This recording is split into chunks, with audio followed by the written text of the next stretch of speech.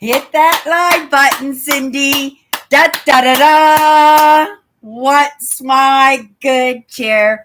Welcome, everybody. Let's give YouTube a couple of minutes. Get those notifications out.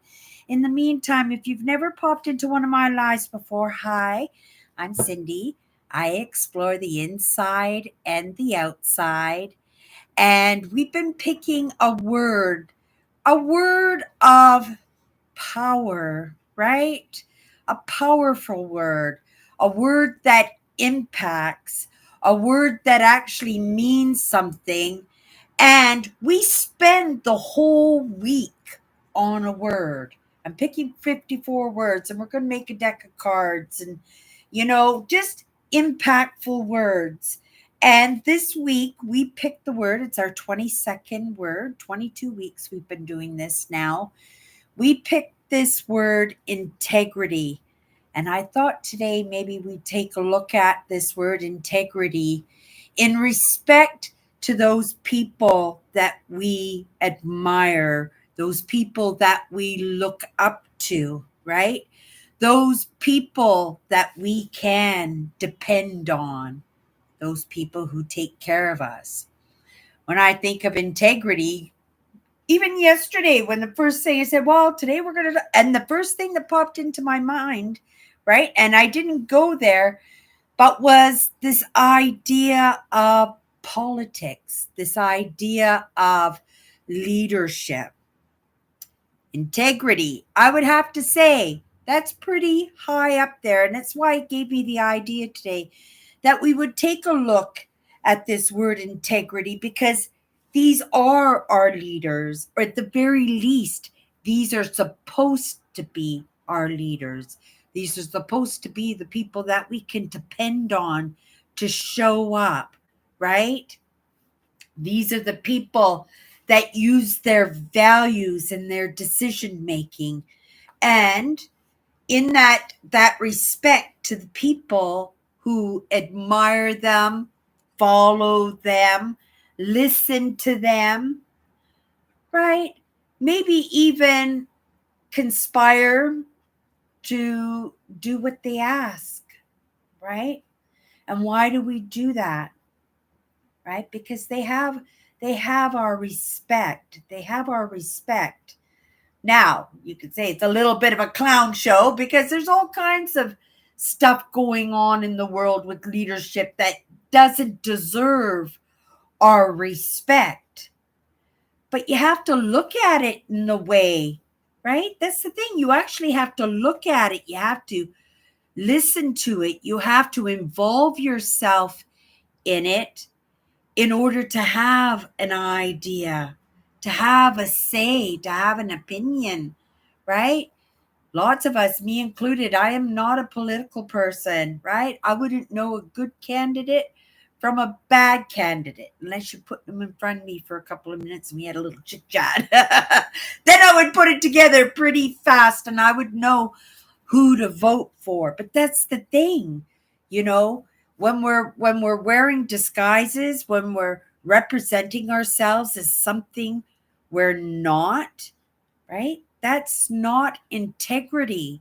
How can I feel that out properly? How can I feel that properly? If you're the greatest actor, if you're the Academy Award winner actor, and for your life to go on for another 5 minutes, you have to convince me, right? You'd be able to do that. And I would follow that and I would fall into that immediately. Why? Because I'm sensitive, right? And it's not like I'm a sucker. It's not like, because, right? Lots of us like to look at the best in people, like to think the best of people, right? We don't want to think that they might lie to us or cheat us or hurt us or betray us or neglect us, right?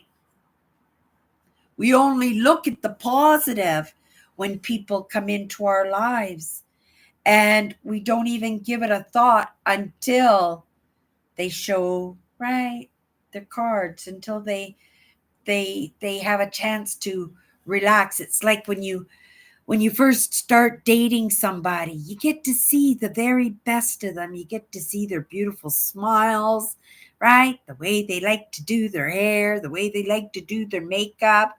You get to know some of those interests of theirs, right? Or you think you do, but they just got whiff of what you liked and just kind of skimmed over it to make you think that they were interested in it too. That after a while we relax into these relationships, you go, oh my goodness, she doesn't like football. She told me she loved football. She doesn't love football. Right? And that's a no-brainer for you because in your partnership, right? It's very important. Sports and football are very, very, very important for you. You want to go every weekend to big games and stuff and eat popcorn and hot dogs and cheer on your favorite teams, right? Take pictures and get autographs and whatever anybody else does at these games. And you just found the perfect woman and she snagged you in and you're head over heels. This is the woman for you. You've already decided you're not letting her go. This is the one you're marrying. And all of a sudden, you find out she doesn't like football. But now you love her. Now you've gotten to appreciate some of those other qualities that maybe she didn't think was so important, but you think they're cute, right? So you let those qualities feed you and you forget and you put off to the side how important football is to you. This happened to me. I married the most amazing man. He was sexy, good looking. He had an amazing job. He loved me lots. He filled in all those gaps that were missing in my life, and he swept me off my feet. He couldn't remember garbage day 4, but he was cute. Okay, but that wasn't the thing that let me down, that he sucked me into. Is And it was partly my fault because I thought he was outdoorsy. He was in the military. He was going out into the field and right, he was blowing things up. Right? He spent a lot of time outdoors, but I didn't realize that in our marriage, that when we had time to spend together, we wouldn't be spending it outdoors. We wouldn't be spending it doing some of those things that I like the trail walks and the country drives and the urban exploring and just being out in Mother Nature. Why?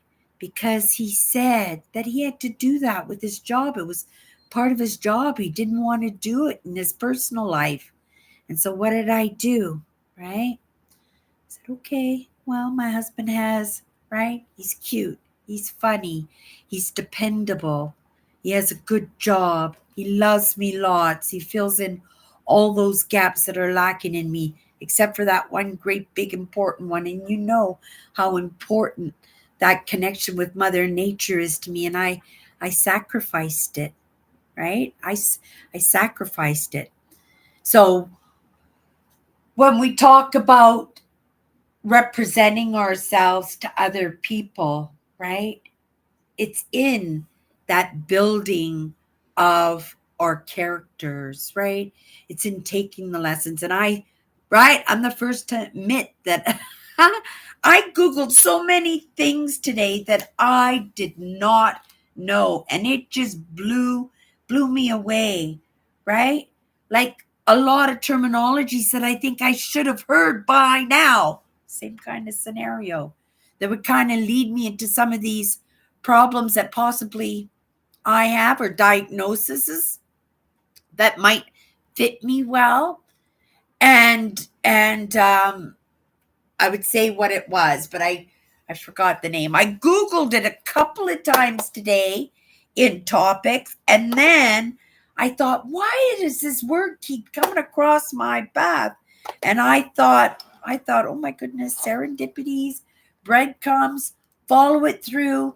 But then it turned out that it was just a little bit of an extension, a little bit of an expansion of something else that I Googled.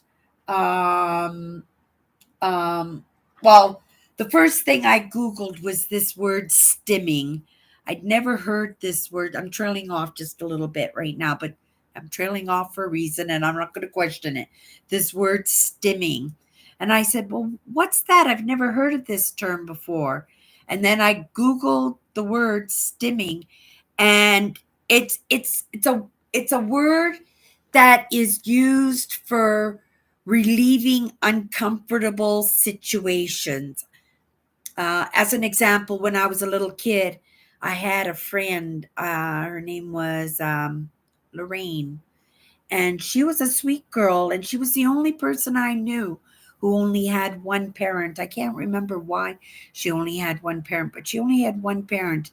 I never even heard divorce, right? Nobody ever knew my entire life had ever been divorced until me.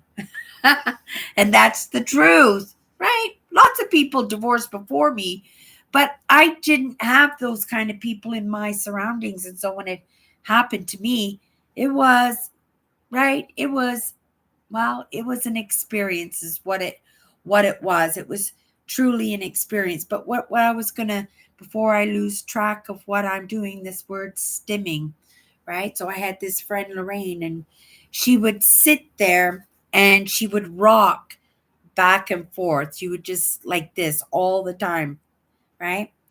And I didn't know what it was. And when she'd come over to my house and stuff, my mother would always be looking at her. And then if she saw me rocking or doing anything, she would shut me down right away. She goes, right, don't do that. That's bad behavior, right? And stimming is exactly that. It's relieving the anxiety and the stress in our bodies by repetitively doing things. Some people bite their nails. Some people twirl their hair. Some people rock back and forth, right? Some people tap their fingers.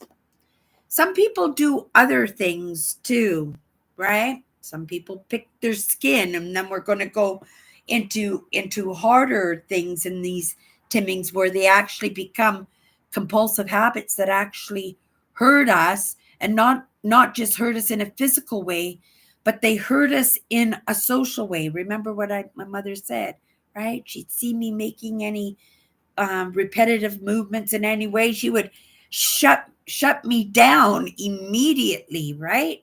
And I think I did pick up that habit of rocking when I was hanging out with my friend. So we're going to come back, pull myself right back, because this week we are talking about integrity. And so I wanted to talk about this integrity in the people that we admire, right? And these are, right? These are the military, the police officers, right? These are the nurses and the judges and the social workers. These are the teachers, Sunday school teachers, even. These are the leaderships. These are the leadership roles that we have. And so, as highly sensitives and as empaths, we have that one extra little gift is where we can feel out people, right? So we just don't look at people and say, hey, that person's a teacher. They automatically get my trust. They are automatically the expert. They might be the person in charge, right? We don't get a say in that. But I get a say as to whether or not somebody is an expert to me, right? In my mind. And when we talk about integrity, we have to feel the people out, right? We have to feel those politicians and the people who are running for president. We have to feel them out. We have to look at them and say, right? Where does their integrity lie? Is this somebody I can depend on? Is this somebody that I can trust? Is this somebody that's going to take the reins and get us out of the big doo-doo, whatever it is that we happen to step into? Is this somebody who's going to step to the plate, right?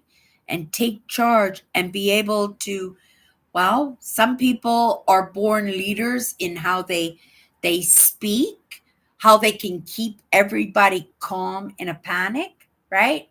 Some people lead by dictation, right? I designate. I'm right. I stay calm through the hairy scary only because I know once we lose it here. We could become scatters, and when we become scatters, we can make a bad situation worse. And also, right, as leaders, right, we are coming to the table. We recognize that in these moments of hairy scary, right, there are people watching us, people, right, feeling us out, judging us. Can she be my friend? Does she have those qualities that will rub well with me, or rub well with my kids, or rub well with my ideas, right? So when I look for friends, and I don't have a lot of people in my life, like physically in my life that I'm close to, right? This is what I'm close to, right? This here. And so I have to look at the few people in my life and I have to feel them out, right? Being highly sensitive, right? Being empathic. I earned that badge, right? I earned the right to use those tools that I didn't want to use. Right? But when we're in those situations, we will grab at any string, any straw in order to survive. And you know what? I got here, right? I'm here right now because I wasn't willing to give up. That was I wasn't pushed to the point, but I was in my desperation drawn to the point of being able to understand that I'm going to have to feel people out, right? And I didn't even recognize that it happened. It's only been a few years that I've understood hypervigilance, right? But in my hypervigilance, I have always managed to keep one person close to me, one person that I felt who had integrity, that might have my best interest at heart.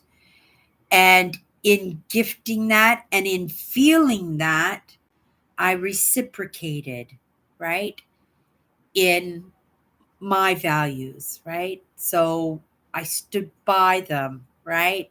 I stuck up, I filled in their gaps the best that they could, and I helped to teach them how to fill their own gaps. And these are some of the most important relationships in my life. And I think no matter how that relationship ended, right, that each of us was able to walk away with gifts, right? And that's the the qualities, the integrities that I look for in these partners, because I know that, right, when it comes to my work life, I may have lots of people around me. I understand.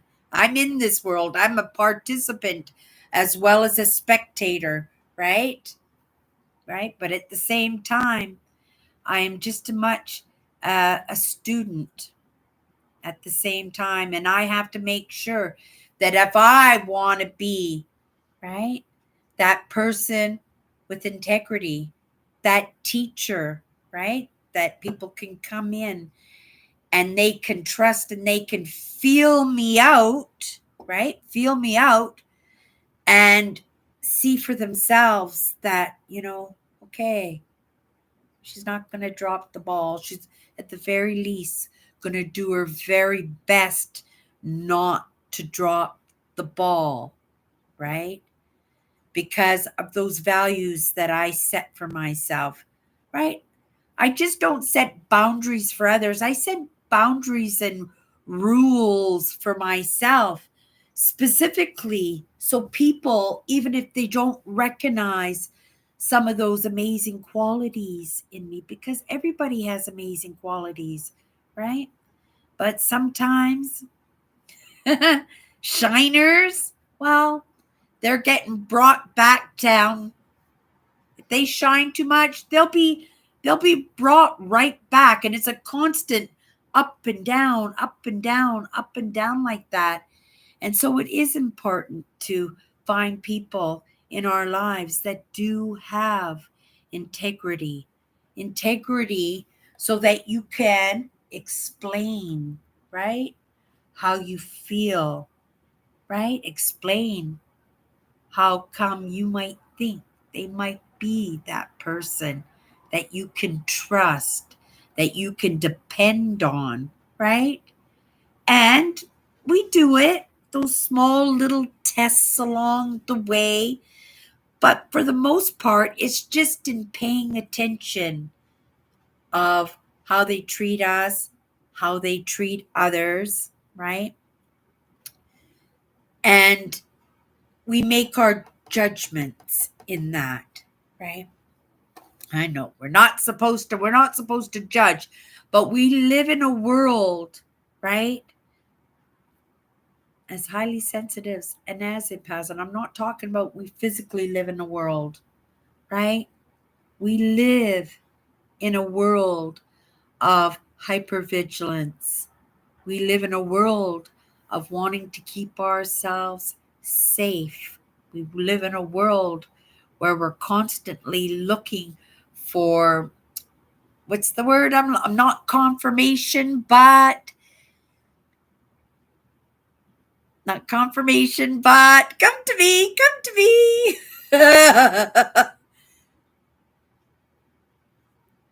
I lost it. Not recognition, maybe kind of like recognition, right? Kind of like recognition that if we can be the people, right, that we would want to look up to, right, that we know that we can depend on.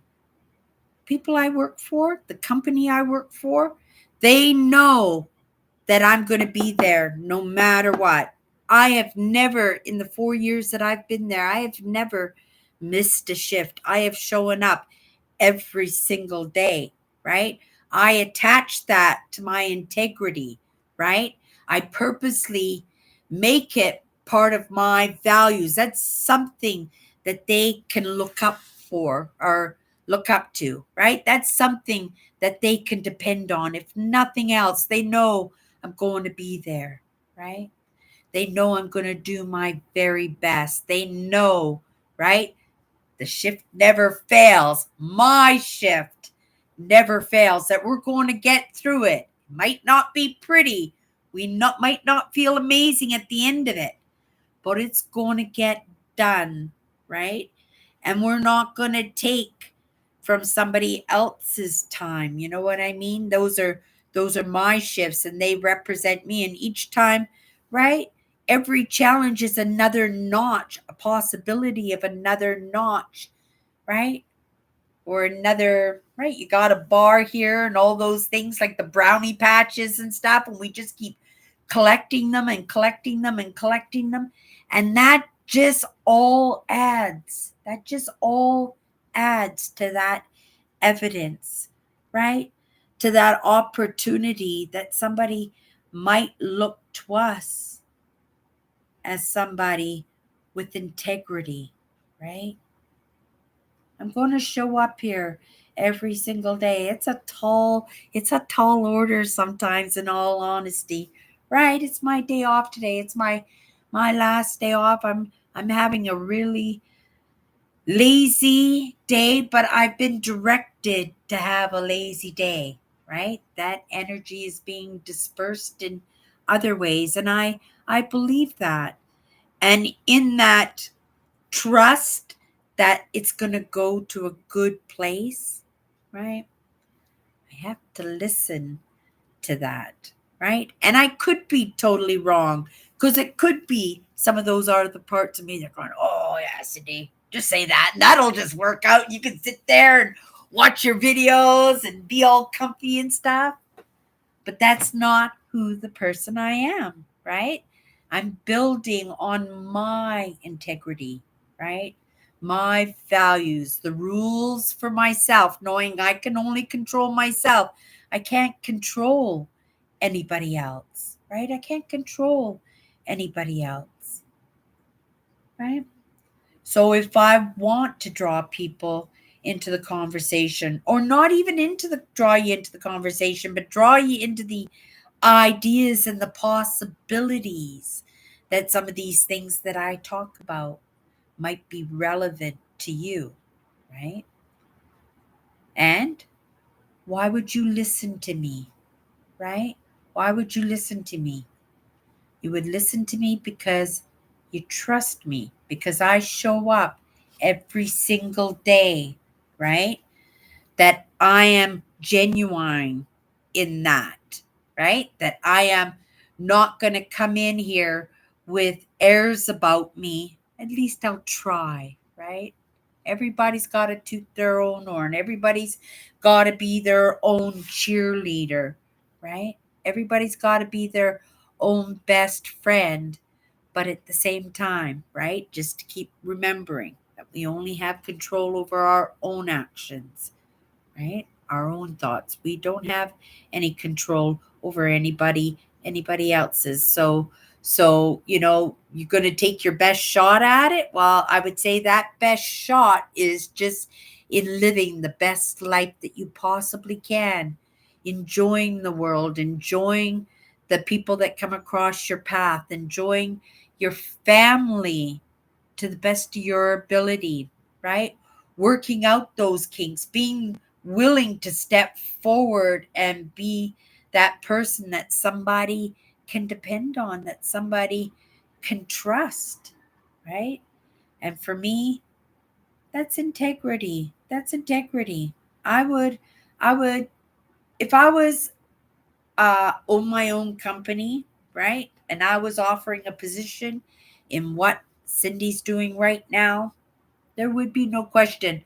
I would hire me in a moment. I would hire, and that's the truth. As somebody who right, who understands what it's like to be an employee, and I understand what it's like to be a supervisor, a manager, right, an owner. Well, there have been opportunities in that, but I am an owner of my brand, am I not? Right? And I put that work into my brand. And if you can't recognize that, I would have to say, go to my main channel. Take a look at my main page, right? I am a YouTuber through and through, right? I explore the inside and the outside, but I am in my lessons. And if you hang out with me, you'll get to recognize that really, really fast. But there are amazing lessons from amazing thought leaders with so much integrity because I feel it, right? I felt them out. I trust. Now, people don't always get everything right. They get very, very little right. Me too, right? Me too. But it's in my choices to decide whether or not I'm going to take something that somebody says to heart. And I may, because that person has integrity, but to take it in as truth, well, just because somebody has integrity doesn't mean they have the truth, right? Right? You gotta do the best that you can, right? And I think, blind faith is faith, right? But it doesn't make it a truth, right? It just means that you're using it as a tool to get you through the moment as fast as you can. And, that is for me not, I don't know, that is not going to work for me, right? Because I'm not somebody who crashes through things. I want to do things slow. I want to do things properly. And I think and see everybody out there scurrying around like chickens with their head chops off, literally, right? And you look at the world, and the world looks like it needs us to be running around like chickens with our heads chopped off. But I think in this digital age, it just looks like this world is sitting in our lap, happening in our lap right here, and that we have to be so involved in it, like absolutely everything, when each one of us, right, gets a corner, gets a block, gets a piece, right?